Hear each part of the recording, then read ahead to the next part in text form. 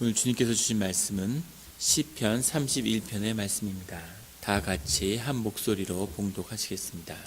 여호와여, 내가 주께 피하오니 나를 영원히 부끄럽게 하지 마시고 주의 공의로 나를 건지소서. 내게 귀를 기울여 속히 건지시고 내게 견고한 바위와 구원하는 산성이 되소서.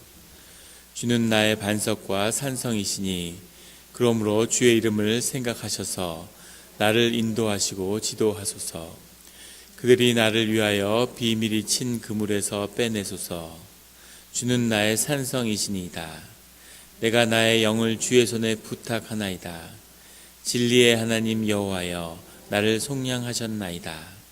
내가 허탄한 거짓을 숭상하는 자들을 미워하고 여호와를 의지하나이다. 내가 주의 인자하심을 기뻐하며 즐거워할 것은 주께서 나의 고난을 보시고 환난 중에 있는 내 영혼을 아셨으며 나를 원수의 수중에 가두지 아니하셨고 내 발을 넓은 곳에 세우셨음이니이다. 여호와여, 내가 고통 중에 있사오니 내게 은혜를 베푸소서. 내가 근심 때문에 눈과 영혼과 몸이 쇠하였나이다. 내 일생을 슬픔으로 보내며 나의 연수를 탄식으로 보내며 내 기력이 나의 죄악 때문에 약하여지며 나의 뼈가 쇠하도소이다. 내가 모든 대적들 때문에 욕을 당하고 내 의색에서는 심히 당하니 내 친구가 놀라고 길에서 보는 자가 나를 피하였나이다. 내가 잊어버린 바 됨이 죽은 자를 마음에 두지 아니함 같고 깨진 그릇과 같으니이다. 내가 무리의 비방을 들었으므로 사방이 두려움으로 감싸였나이다. 그들이 나를 치려고 함께 의논할 때 내 생명을 빼앗기로 꾀하였나이다. 여호와여, 그리하여도 나는 주께 의지하고 말하기를 주는 내 하나님이시라 하였나이다. 나의 앞날이 주의 손에 있사오니 내 원수들과 나를 핍박하는 자들의 손에서 나를 건져 주소서. 주의 얼굴을 주의 종에게 비추시고 주의 사랑하심으로 나를 구원하소서. 여호와여, 내가 주를 불렀사오니 나를 부끄럽게 하지 마시고 악인들을 부끄럽게 하사 수월에서 잠잠하게 하소서. 교만하고 완악한 말로 무례의 의인을 치는 거짓 입술이 말 못하는 자 되게 하소서. 주를 두려워하는 자를 위하여 쌓아두신 은혜, 곧 주께 피하는 자를 위하여 인생 앞에 베푸신 은혜가 어찌 그리 큰지요. 주께서 그들을 주의 은밀한 곳에 숨기사 사람의 꾀에서 벗어나게 하시고 비밀이 장막에 감추사 말 다툼에서 면하게 하시리이다. 여호와를 찬송할지어다. 견고한 성에서 그의 놀라운 사랑을 내게 보이셨음이로다. 내가 놀라서 말하기를 주의 목전에서 끊어졌다 하셨사오나 내가 주께 부르짖을 때 주께서 나의 간구하는 소리를 들으셨나이다. 너희 모든 성도들아, 여호와를 사랑하라. 여호와께서 진실한 자를 보호하시고 교만하게 행하는 자에게 엄중히 갚으시느니라. 여호와를 바라는 너희들아, 강하고 담대하라. 아멘. 다 같이 기도드리시겠습니다. 하나님 아버지, 감사합니다. 주님의 음성을 듣고자 저희가 새벽 제단 앞에 모였습니다. 우리 마음의 기도와 묵상이 주님께 연락되기를 원합니다. 감사드리며 예수 그리스도의 이름으로 기도드렸습니다. 아멘. 오늘 시편 31편의 고백은 여호와여, 내가 주께 피하오니 나를 영원히 부끄럽게 하지 마시고 주의 공의로 나를 건지소서라는 고백으로 시작합니다. 여호와여, 내가 주께 피하오니 라는 말은 여호와 하나님만이 나의 피난처가 되신다는 말씀이죠. 모든 고난과 환난 가운데 나를 구원해 주실 분이 여호와 하나님밖에 없음을 고백하는 것입니다. 동시에 주님으로부터 주님이 고난을 우리에게 허용하사 우리가 주 안에서 고난을 받고 있지만 또한 동시에 주님이 우리의 피난처가 되시고 우리를 구원해 주실 분은 여호와 한 분이시다 라고 하는 고백입니다. 나를 영원히 부끄럽게 하지 마시고, 이 고백은 이 시편의 기자가 주 안에서 세상을 향해 부끄러움을 당했다고 하는 고백과 같은 것이죠. 그러나 세상을 향하여 부끄러움, 그런 일들이 있지만 그것을 영원히 부끄럽게 하지는 말아달라고 하는 고백이고, 또 그 마음 가운데는 주님이 영원히 그렇게 하지는 않으실 거라고 하는 그 믿음이 함께하고 있는 것이죠. 우리가 세상을 향해서 세상을 살아가는 동안 부끄러운 일이 있을 것입니다. 하지만 그것을 영원히 하지 마시고 주의 공의로 나를 건지소서. 주의 공의로 나를 건지라는 말씀은, 그 고백은 주님의 심판을 기대하는 것이죠. 주님의 심판을 기대하지만 우리가 기억해야 할 것은 주님의 심판이 곧 또 우리를 향한 은혜의 시간이 된다고 하는 겁니다. 그래서 은혜 없는 심판이 없고 심판 없는 구원이 없는 것이죠. 그래서 우리는 주님의 심판을, 주님이 속히 오셔서 세상을 심판해 달라고 기도드리는 거고, 동시에 주님은 우리에게 아직 시간을 허용하고 계시는 거죠. 더 많은 사람들이 주님께 돌아오고 주님을 기억하며 주님의 은혜를 경험하기를 주님이 기다리시는 겁니다. 주의 공의로 나를 건지소서. 주님의 심판 가운데 내가 주님께 구원을 받겠습니다 라는 고백은, 또 내가 주님을 이름으로 주님을 위해서 최선을 다해 살았습니다 라는 고백과도 맞닿아 있습니다. 3절에 주는 나의 반석과 산석이시니 그러므로 주의 이름을 생각하셔서 나를 인도하시고, 나를 구원하시는 주님의 모든 그 경륜의 비밀은 주의 이름 가운데 있다는 거죠. 주님 우리에게 이름을 주신 것도 주님과 우리와의 특별한 구원의 길을 여신 거지만, 동시에 주님을 위해서, 주님의 이름을 위해서 우리를 구원해 주십시오 라고 고백하고 있습니다. 그래서 우리가 우리의 일을 가지고 주님께 기도하지만 우리의 일이 주님의 일이고, 우리를 구원하시는 것이 주님의 이름과 주님이 높임을 받는 길이라고 확신하고 믿음을 가지고 주님께 간구하는 것이죠. 이런 담대한 믿음과 주님의 의를 구하는 성도님들이 되시기를 예수 그리스도의 이름으로 축원합니다. 5절에 가면 내가 나의 영을 주의 손에 부탁하나이다. 진리의 하나님 여호와여 나를 속량하셨나이다. 나의 영을, 이 영이라고 하는 말은 보통 혼이나 또는 성경에서 흔히 영으로 얘기하는 네펫이라고 하는 시편의 그 표현이 아니라 르아우라고 하는, 창세기에 주님이 주님의 숨결을 이 진흙에게 부어 넣어서 그 심령을, 깊은 심령을 부어 넣는 그것을 말하는 영입니다. 주님이 르아우를 부어 넣지 않아도 세상의 생명체들이 살아 움직이죠. 그건 일반적인 생명을 의미하는 것이 아니라 우리의 깊은 심혼, 심령, 영을 주님께 불어 넣었는데 그 영을 주의 손에 부탁한다는 말이죠. 우리의 육신이 쇠하고 눈이 쇠하고 육이 쇠하고 도저히 살아갈 수 없을 것 같은 그런 고난 가운데 있지만 주님이 내 영을 지켜달라고 그렇게 고백하고 있는 겁니다. 심령이 지켜져야 되는 거죠. 모든 것이 그 영에서 시작되기 때문에 영이 상해서는 안 되는 겁니다. 영이 상하면 더 이상 소망이 없는 거죠. 우리 심령은 쉽게 상할 수 없는 깊은 곳에 숨겨져 있죠. 그것을 우리의 감정이, 우리의 기억이, 우리의 의식이 이렇게 덮고 있는 거죠. 그 영을 상하기는 쉽지 않지만 영을 깊이 상처받을 수 있습니다. 또 영의 상처를 줄 수 있는 것이 영의 권세죠. 그래서 마귀들이 늘 억울한 이런 올무를 파고 음모를 꾸미고 루머를 퍼뜨리고 그러는 이유는 그것이 내 영을 상하게 할 수는 없지만 그것으로 내가 그 억울함을 붙들면 그러면 내 심령이 상하는 거죠. 그렇게 되면 내가 그런 것 때문에 속상하고 이럴 수도 없고 저럴 수도 없고 그런 억울함 이런 것을 내가 붙들면 내가 내 심령을 상하게 할 수 있는 거죠. 근데 이 시편의 기자는 아주 깊은 고난과 아픔 가운데 자신의 영을 주님께 드리는 거죠. 주님이 내 영을 지켜주십시오 라고 그렇게 고백하고 있는 겁니다. 7절에 내가 주의 인자하심을 기뻐하며 즐거워할 것은, 지금 고난 가운데 있는데 그 극심한 고난 가운데서 주님께 뭐라고 고백을 하냐면 내가 주의 인자하심을 기뻐하며 즐거워할 것은 주께서 나의 고난을 보시고 환난 중에 있는 내 영혼을 아셨으며 라고 하는 고백입니다. 보시고 라고 하는 건 라한데 조사하다 이런 뜻도 있고 알아보다 이런 뜻도 있습니다. 주님이 나의 고난에 깊은 것을 들여다보신다는 거죠. 내 영혼을 아셨으면은 우리가 성경에 나오는 잘 알고 있는 야다라는 거죠. 하나님이 깊이 그것이 무엇인지를, 우리의 심령의 아픔이 무엇인지를 주님도 경험하고 느끼고 그래서 알고 계신다는 거죠. 여기서 중요한 것은 우리 고난의 그 끝이, 그것을 구원받는 그 길이 주님이 우리의 고난을 보시고 아시는 데 있다고 하는 겁니다. 우리가 억울하고 힘들고 괴롭고 이런 고난 중에 있는 모든 이유는 사실은 뭐냐면, 하나로 요약하면 주님이 이 고난을 모르시면 어떡하나 하는 겁니다. 사실은 믿음의 문제고 우리의 심령의 문제죠. 주님이 이걸 아실까?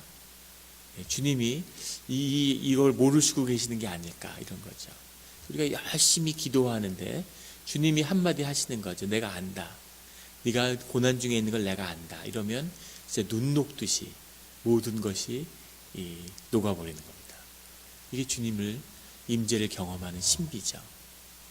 주님이 무슨 상황을 바꿔주고 뭘 해서 풀어지는 것이 아니라, 그 억울함 중에, 그 심령의 상황 가운데 주님이 내가 너의 고난을 안다 이렇게 말씀하시면 그 문제는 해결된 거죠. 주님이 그 모든 것을 아신다는 건 주님의 섭리 안에서 그 문제가 이미 해결을 받았다는 뜻입니다. 그래서 우리가 주님께 내 아픔을 알아달라고, 내 아픔을 좀 보아달라고 그렇게 간구하는 것이죠. 주님이 그것을 보시고 아시면 그럼 된 겁니다. 그럼 주 안에서 그 문제는 해결을 받은 것이죠. 주님이 우리의 눈에 보이게 우리의 삶 가운데서 그 문제를 어떻게 풀어내실까 하는 것은 물리적 시간과 주님의 섭리 안에서 풀어질 일이지만, 오늘 기도하는 자리에서는 그 문제가 풀림을 받는 것이죠. 9절에 가면 여호와여 내가 고통 중에 있사오니 내게 은혜를 베푸소서. 내가 근심 때문에 눈과 영혼과 몸이 쇠약하였나이다. 여기서 영혼이라고 하는 표현이 네페시라고 하는 표현입니다.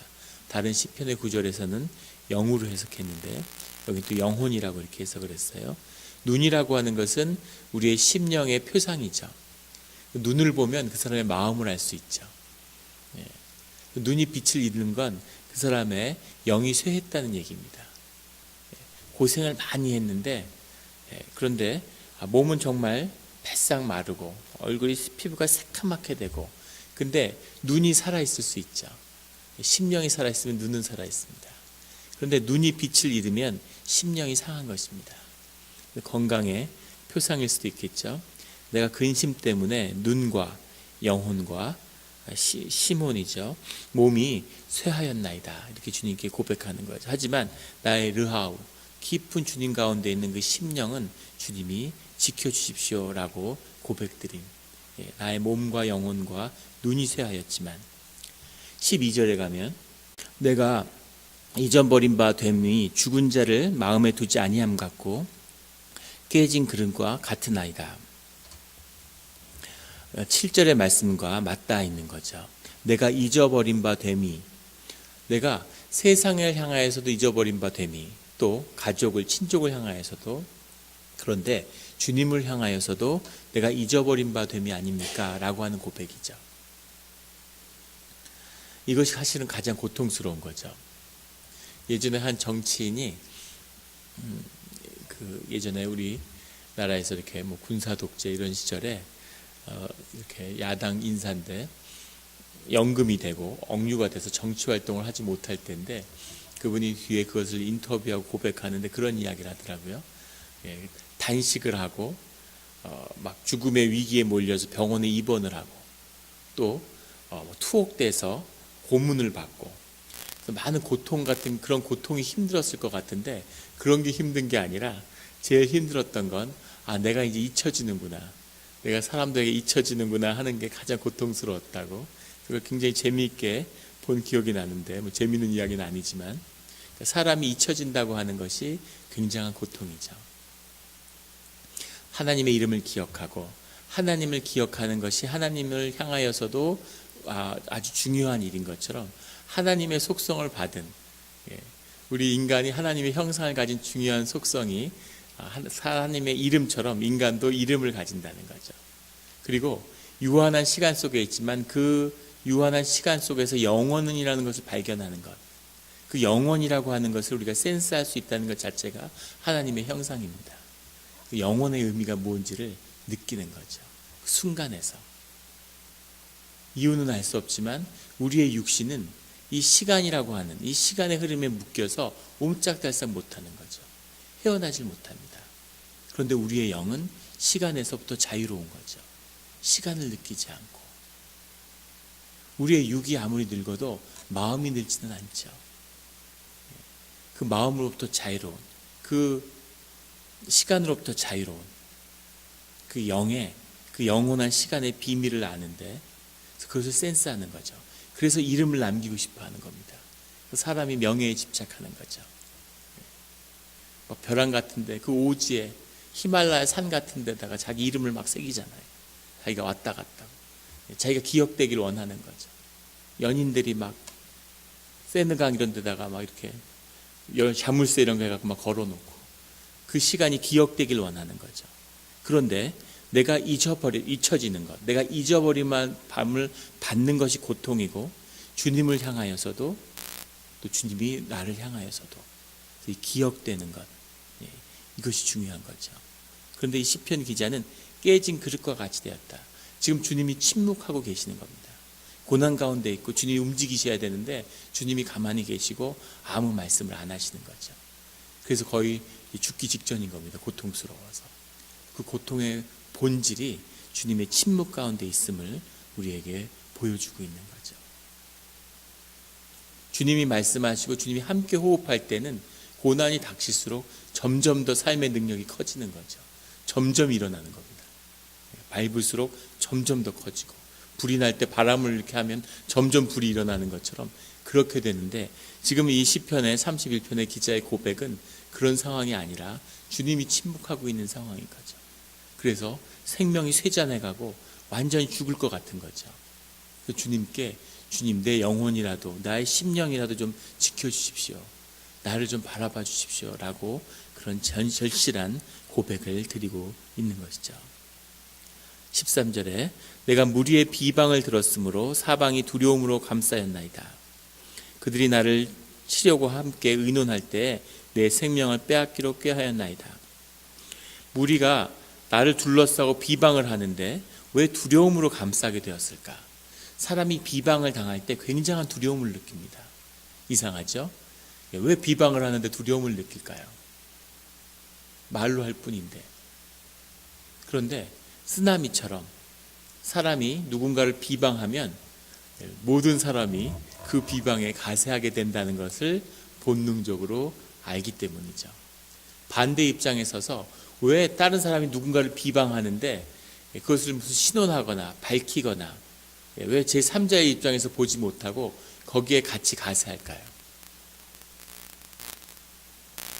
사람들이 그럴 때 거짓된 의로움을 맛보기 때문이죠.